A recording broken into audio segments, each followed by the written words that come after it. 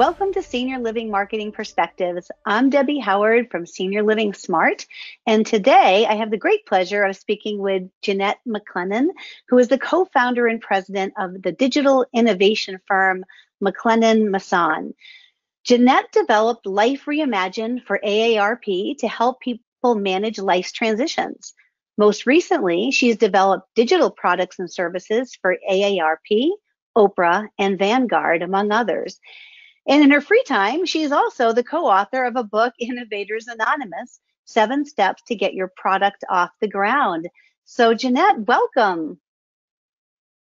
Well, thank you so much for having me. It's a pleasure to be here today. So glad that you can join. And, I was embarrassed to know that I was not familiar with you or your company. And so I am so thrilled to be speaking with you today so that I can learn more about your work. And so maybe we can just start off, as our listeners may also not have a familiarity, and maybe give us an overview of your personal background and then the McClennan Masson story. Great, I'd be happy to do so. Deb, I have to hold for a minute. I apologize. My headset's going to die. Okay. So I apologize. Let me get a different headset because I feel like if I only speak through the computer, you're going to get, background noise. So okay. Let me. Okay, that's fine. That's fine. We'll just edit it.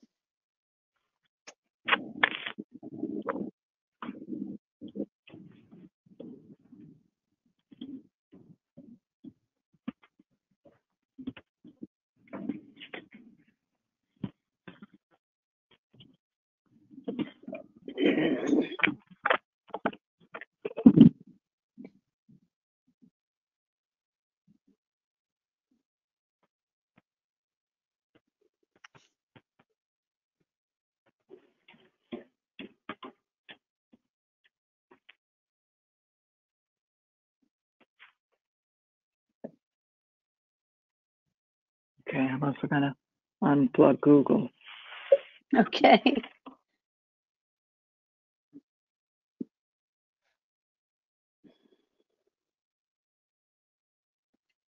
Okay. Apologies. So no problem. Do you want to go back to the question or you want me just to jump right in? Yeah, let's just start right where we took a pause, which is telling us a little bit about your personal background and your McClennan Masson story. Great. Yeah, so I decided to start McClennan Masson about 10 years ago. And I did so because I had been a serial entrepreneur in 5 different startups. So I definitely was active on the venture beat, running companies like MapQuest. Actually, that was the first one out. We took it public and sold it to AOL. I was CEO for a company that was in the beauty space, developing try-on technology for women to try on hairstyles, accessories, and cosmetics. And we sold that business successfully as well. And, I was looking around at what was the next best opportunity for myself. And I began to realize it was my own business, in that I have a lot of experience in digital marketing. And then AARP knocked on our door. And so we developed lots of innovative products for AARP. And in particular, Life Reimagined was practically a 3-year project. And that's where I really learned a ton about the idea of the aging process. We focused on things like the new life curve. People are living longer and their needs are changing. So it really saw an opportunity to build out a practice that focused on the so-called senior market, which I just always wonder if that's really the right name for a category or phase in life that is long and productive, and so many generative years are left in people's lives. So really digging into that area, we began to realize that we had a very unique practice because we were able to take all of that knowledge and focus it in on how to help businesses understand their consumer, understand what their changing needs are. And hence we began to do a lot of work for places like holiday retirement and also human good. So here we are, and we're about to see a whole nother sort of revolution, we believe, that is going to address the changing needs of aging Americans. A really big opportunity for businesses. Many of your clients, I'm sure, are thinking and looking to understand how to take advantage of the change in the demographics and psychographics of aging Americans. It's a huge opportunity. Yeah, it is. And, right now we're recording this towards the end of June. And obviously, a lot of people are trying to get their footing in defining their new normal within the senior housing and care industry. So as you look at this kind of shift and, this external, situation is probably going to create a lot of innovation. And maybe an era of experimentation, because we're going to have to reimagine. Talk about your life reimagined. We have to reimagine the entire prospect journey and how we're going to attract, nurture, and advance all of these relationships in a very new way. So what are your recommendations about how senior living providers can change their marketing strategy following, the hit of COVID-19? Yes, but there's a lot to be done. You're absolutely right. And COVID only puts an extra layer of complexity around it. What's interesting in our practice is, as much as we focus on aging populations, we were just recently tapped by universities, and universities are dealing with deep occupancy issues that are actually very parallel to what's going on in the senior housing industry. And so if you look at those corollaries, the universities, there's probably like 5 things that they're doing that I'll show you how it translates very nicely into what we see as an opportunity for reimagining the senior space. So the 5 things that they're looking at is an occupancy strategy.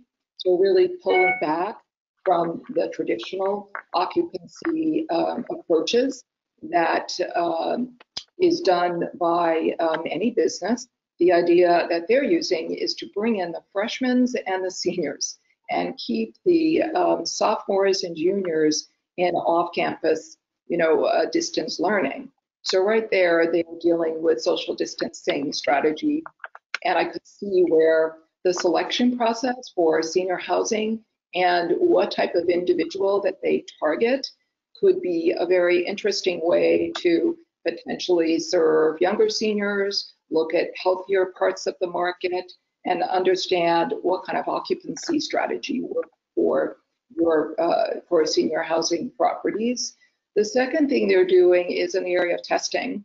And as much as college campuses are using their wellness centers, same as senior housing industry can use their extensive wellness programs, they're putting in protocols for testing. And what's very interesting there is it's costly to test everybody. So there is a method of pooling that allows you to pool out and say, like, every out of 100 individuals will test 10. So there's definitely relevancy there to how to keep people safe. Temp checks are going on, things that we read in the press. Another one is a scientific council that many universities are taking their medical units or students and using them to be constantly keeping up with CDC and WHO and a changing base of information. And then ultimately, they're all really focusing on differentiating their communication strategies. So again, much like the senior housing industry, they have family members that are very much a part of the process of selecting college and definitely a place for aging parents. And so there's a huge opportunity to rethink your brand and the messaging that accompanies it to raise the confidence level of prospects that are considering your solution. And so moving in that direction, what's so interesting is universities are using this idea of staying, you're safer here than you are at home, as a complete anchor to raise the comfort level of parents to actually bring their children onto campus, similar as adult children do in finding a home for their aging parents. So taking that whole concept from a brand standpoint and going after the concept of you're safer here than anywhere else, and all the reasons why. You've got wellness facilities. You have the ability to quarantine successfully. In fact, I should have mentioned that on campuses, they're doing the same thing, setting up a dorm that's specifically for COVID positive cases, so they can move students safely from one facility to another and be monitoring their progress. And so same with senior housing, the ability to basically quarantine off any unfortunate cases is a really big opportunity. The second part of what I see as a connection is shifting their digital, their marketing strategies, and budgets to digital. And they're doing that because they're realizing we got to shake up sort of the idea of physical tours, and you go to see the campus, you go to see where mom's going to be, and that isn't viable right now. So it's forcing the idea of looking very carefully at your digital budgets. The stat that I had collected, and there's of course many of them on the web, that 88% of senior care professionals plan to increase their digital marketing spend this year, and by 42%. So the idea is big shift in spend.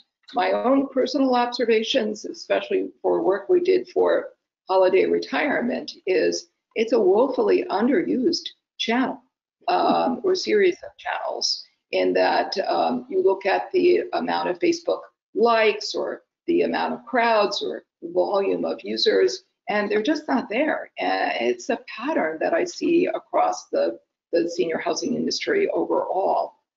It's also an opportunity to break away from nursing homes. They've had a really difficult time, and really establish the senior living lane quite differently from nursing homes and the struggles that they're having.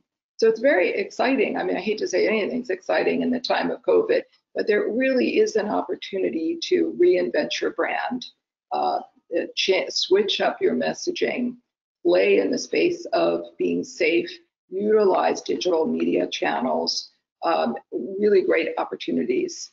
I also want to talk about data, but let me pause and see if there's other questions you have that you'd rather me direct first. Yeah, I just have some follow-up, because you put a lot out there, a lot of really good information. So I'm just wanting to maybe unpack it and make it maybe a little bit more tangible. So with senior living, and I'm sure I love the campus, the college. It's such a interesting parallel, and I've often said that the decision making for choosing a college is so similar to how you choose a senior living. And if you can find out how prospects, what their kind of convincer strategy was to find that college environment, you can apply it to helping them make the decision for senior housing. Exactly. That's another conversation for another time. But a lot of the protocols that you talked about, I mean, I feel like the operators are right now kind of in the thick of putting together, the protocols and the quarantine apartments and the move-in processes where, no family members maybe come with them or only one, and then all of their personal belongings are all wiped down, and their new move-ins may be isolated for a period of time, and there's like double negative testing. So I feel like there's a lot of scrutiny around that. But what I don't see is that turning into marketing messaging that builds trust and is transparent and is authentic. It's like people don't want to talk about it. So I'm wondering, how do we reframe that messaging to let people know, to the extent that we are protecting, our residents and taking those really serious protocols without making them feel like they're never going to be able to see their loved one, or that this experience this transition is going to be, even more difficult than it was before. Right. Yeah, no, absolutely. The messaging is often the part that gets left off. So you're spot on there. What we have found is it's a matter of one, over communicating and also doing it in advance. So the whole idea is that you feel very prepared for what's going to happen, as opposed to post, messaging where you're describing what already had happened. It's extremely powerful because then you're taking more of the high road to help people frame, again, what's going to be happening. That's one clear thing. The second is also in the style of communication. We find in our work that it's a little too robotic. It doesn't add much personal flavor to it. With the use of technology, being able to personalize the messages down to the individual is critical. And again, another underutilized tool, the use of video elements, storytelling, use of authority figures that resonate for that individual, as well as the power of peer-to-peer. So storytelling and being able to have comfort that this is something that other residents are going through as well. All of that is a very big opportunity to play up safety. So how is the wellness center responding, and what kinds of programs are they inventing? What's happening in the entertainment area? How does that raise my comfort level that my senior is okay? Another whole area that I've never understood pre or now, hopefully post-COVID soon, is the adult child or the family members. They're very involved in the enrollment process or sign-in process, if you will. And then you're dropped like a hot potato, no more communication. And it's, for years I've been saying, wait a minute, that's your next batch of customers. So why not extend the dialogue about something you jointly share, and that's a love of your loved one. So there's such a rich opportunity to communicate with those groups as well and understand where their heads are at. Even extending COVID advice and tips and suggestions to those individuals is a really rich opportunity for building that relationship and multi-leveled, right, with the senior as well as their family. Yeah, it's interesting because we've been forced into finding new ways of communicating, and I hope some of these things just become best practices and we should have been doing them all along. To your point, when people could no longer come in and visit with their loved one in the community, there was this great angst and sense of obviously separation.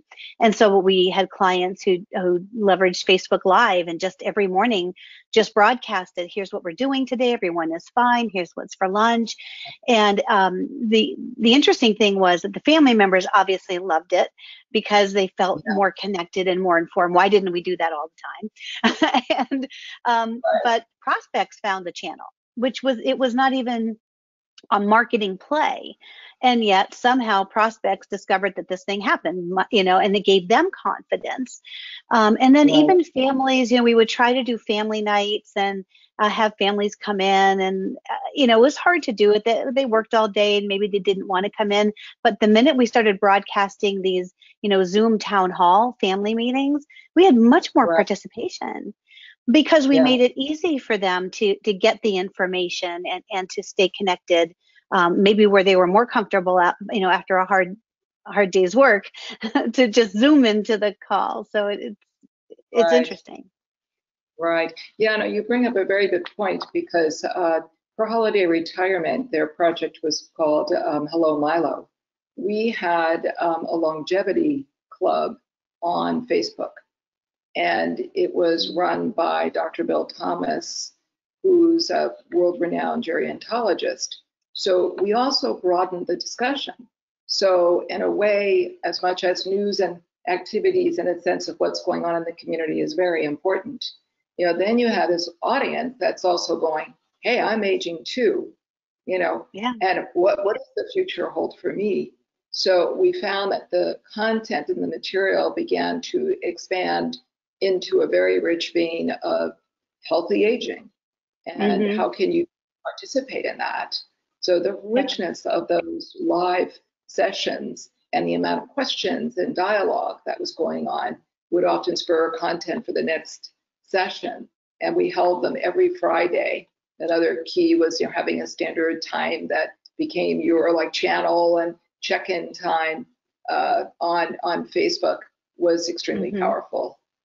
Yeah, you know, I almost think that, you know, we didn't embrace the digital channels, and we kept saying, well, it's because our audience, you know, isn't comfortable with digital. I think it was probably because we weren't comfortable with digital, and our, you know, we kind of projected that on. We don't have to use this technology, and yet people are now scrambling to find the technology, retrain all the sales team members to use it, you know, well, because just because you put a technology in somebody's hands does not mean it's going to have the desired effect. And, you know, in doing some mystery shops of communities with virtual tours, you know, some did it in a wonderful, very engaging way and had a conversation, and others literally walked around the community silently, and the only thing you could hear was a rustling of their pants as they were walking down the hallway, and there was no engagement at all. So I do think it takes some retraining. You know, maybe we have to rethink who we're hiring and making sure that they have a comfort level in using some of these new tools as well. Yeah, no, that's a very good point. When you think about aging populations, the millennials are in their 40s. You know, they're not the 20-something. You know, now it's the Gen Zs that are at the younger end of the spectrum. And so when you think about where we are in the baby boomer curve of populations aging, it's individuals who had jobs and careers that demanded the use of the computer.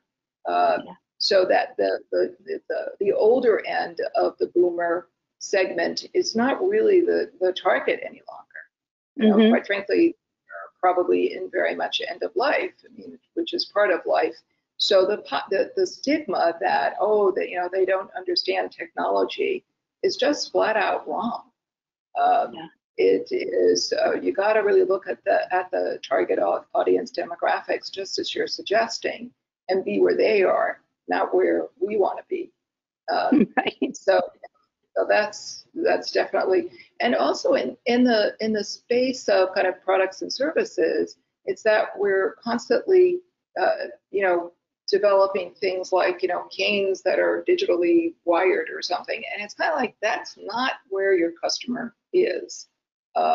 Because of living on average 30 more years, these people are maybe retired, but still very physically active, in fairly good health, and interested in doing things that expand their horizon. So once again, from a branding standpoint, being able to really key in on who that target is a huge opportunity, Yeah. And that's where the point about data-driven, you know, like there's so much data that you can now utilize to target is another area for growth and defining a brand.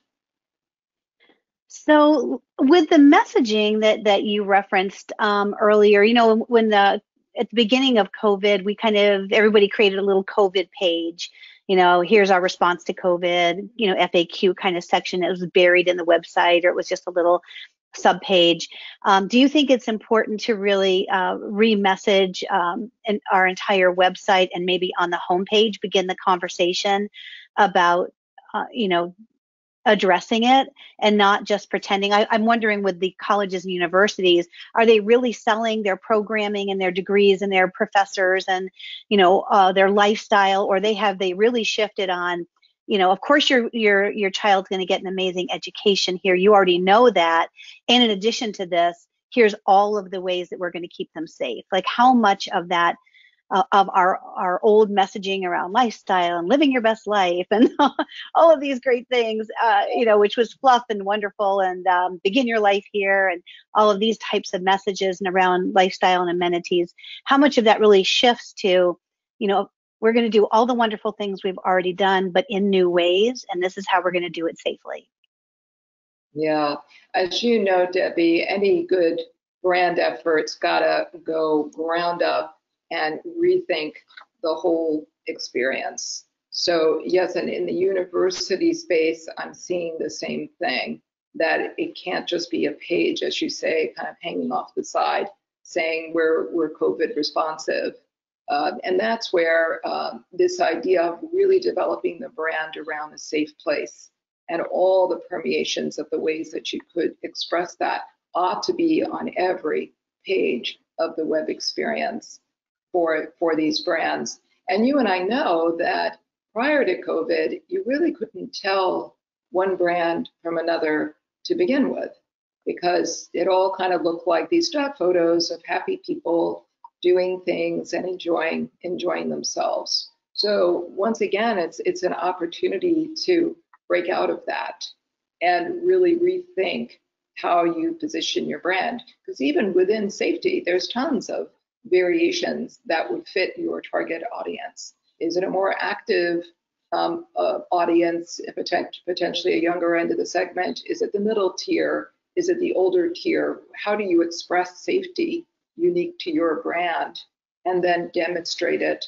throughout the experience, including your social presence? So I very much agree with you that it's a complete rethink of messaging, you know, and again, hearkening back to that, you're safer here than at home is extremely powerful. I see how it's working in the university lane with parents. So it's the same for the That's wonderful. category. Yeah, I think, you know, two vulnerable populations at transitional times. So, you know, with pretty much the same decision maker, right? That in between older, you know, adult child that's managing both, you know, aging parents and child age, college age children. So are you seeing them do things like, you know, we're always working on and trying to get ahead of messaging. And so things like infographics, where you almost can show, you know, an older adult who's home alone, almost like the game of life, like they're going down this pathway. And, you know, my mom's 87, and every time she leaves the house, you know, in her little mask and her little gloves, and, you know, I think about, oh, she goes to the grocery store, and then she's going to stop at the post office, and then she's going to stop at CVS, and then she's going to go, you know, to her volunteer thing at the church. And then all of these points of contact to me are like exposure to environments that are not controlled and people I don't know. Whereas in the environment of a senior living community, it's like this bubble that's protected, that has like one way in, and everyone who's coming in is getting, you know, going through these very extensive kind of protocols. So do you think that, you know, using something visual like an infographic to kind of compare and contrast those two experiences is an effective way of beginning the messaging? Yeah, it definitely is. And you're reminding me of an example that is extremely valid, you know, pre-post COVID. And that is really knowing key things about the individual who's about to become a resident. And so what I mean by that is gamified experiences that should be a part of your website. And I'll give you a very specific example. At AARP, for Life Reimagined, we created this card game, a digital card game. And in that digital card game, which was available and should be embedded in these reinvented sites, is you're telling the system what your gifts, passions, impact, and value is. And I have seen 2.5 million people run through that exercise. And what they're getting from it is this very satisfying experience that you really care about knowing who I am. So think of the power of that as a messaging tool within your web experience. And then on top of it, you would get a purpose statement as a result of the game exercise. It takes like 5 minutes. Now, what the business is getting is the senior housing company is getting is a whole bunch of insights into who's my next new resident. Oh, Joe loves golf. Jane loves knitting. This other person is a runner and an exercise-oriented person. And then think about all of the personalized communications you can now utilize with that senior and all their family. You know, Joe's like working on his golf hand, his physical therapy is strengthening his, you know, muscle and coordination skills. We're working on his mobility. I mean, any number of threads come off of that. And that's where, you know, when you think about it, websites have matured in a way that they can be very functional, and they can, you know, interact, give information, strengthen your messaging just because, wow, it's suddenly interactive.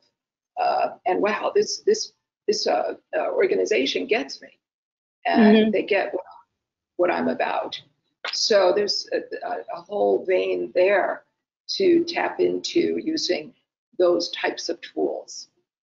Yeah, so it's fascinating. There's lots of other techniques too that you could use to make your experience very customized.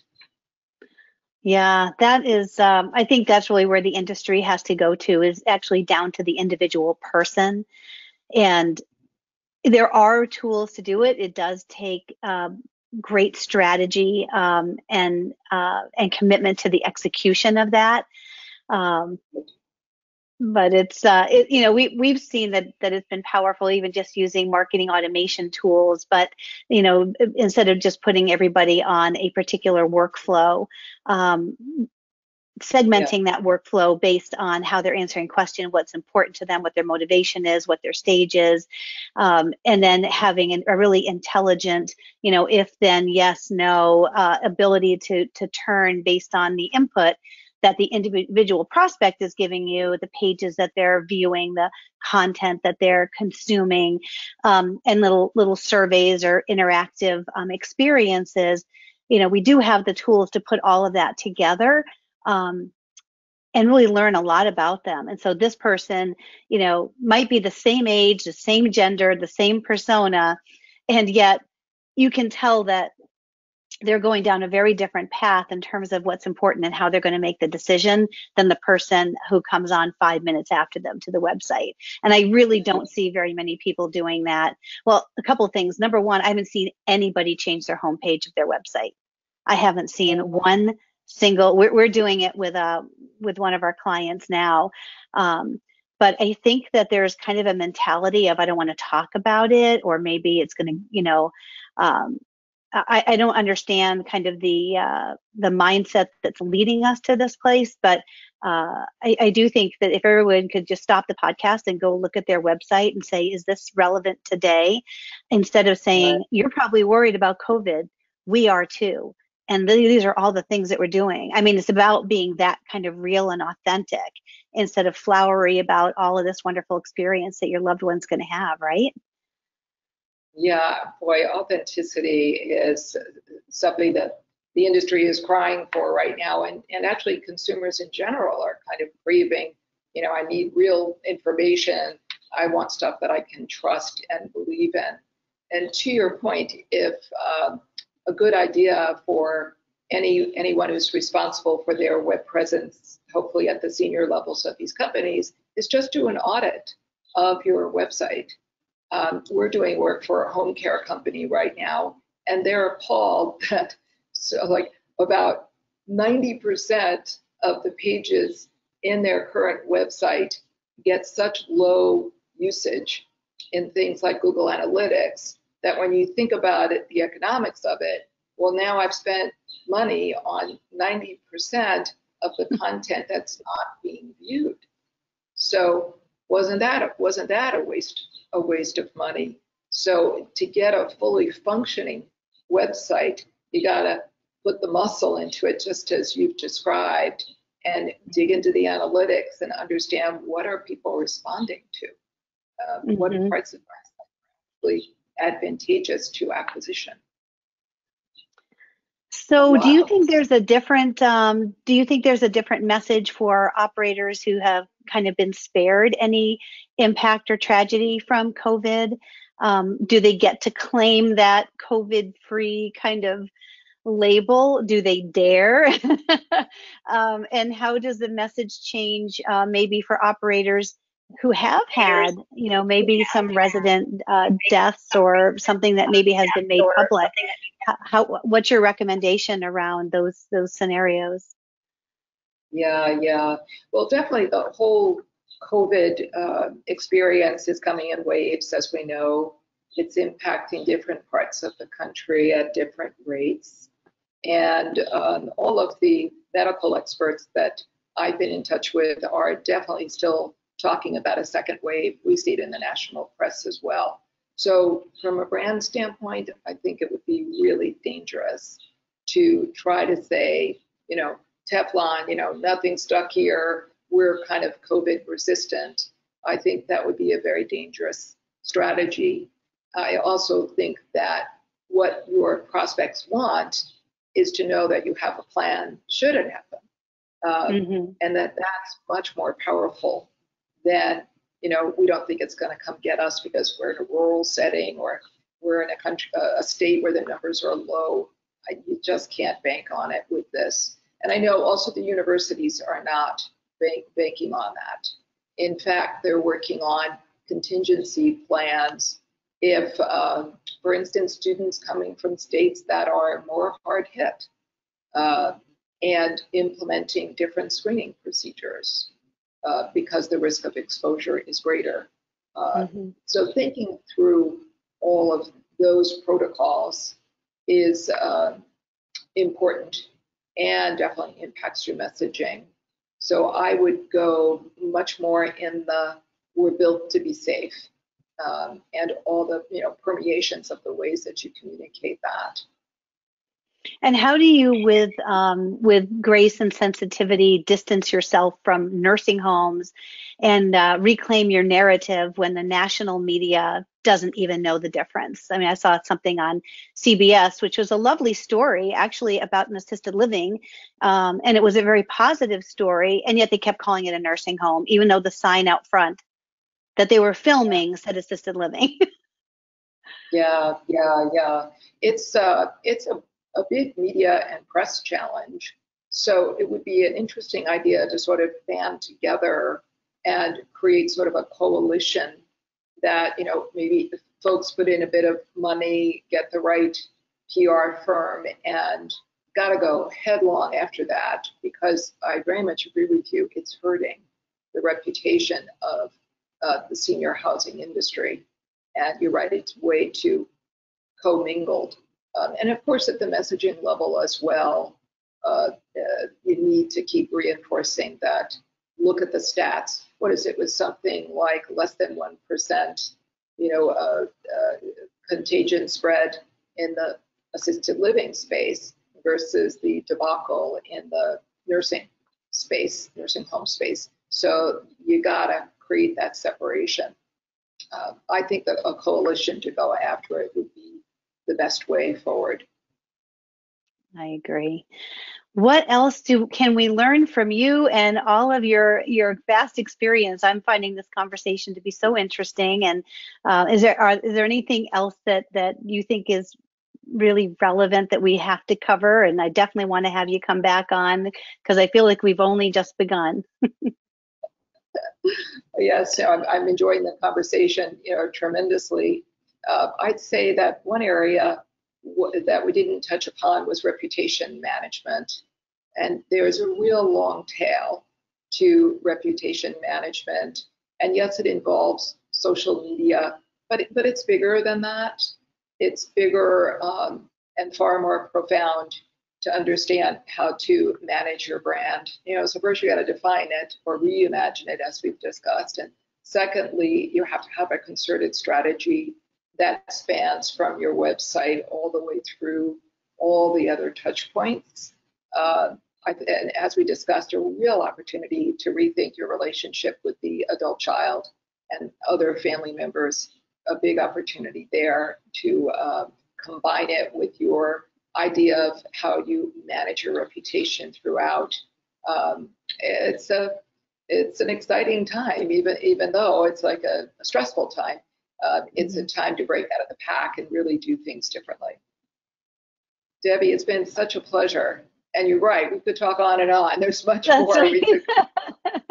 Well, we'll have you back on to continue the conversation, and maybe when the universities are opening and maybe they've put their plans in place and seeing how how everyone responds. I feel like there is a great correlation, and certainly we can learn from your experience in this very related industry. And so appreciate you taking the time and sharing your senior living marketing perspectives with us.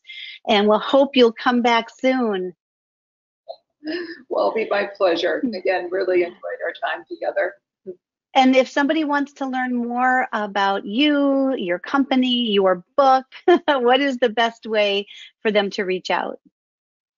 Sure. Now, thank you for that. We can be found on the web.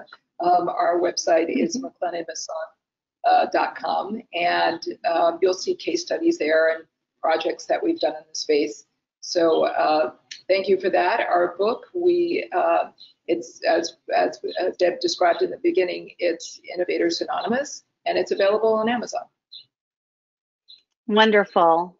Well, that'll be in the show notes, so hopefully a lot of people will reach out to you. And thanks so much. Great. Thank you. Have a terrific day. You too.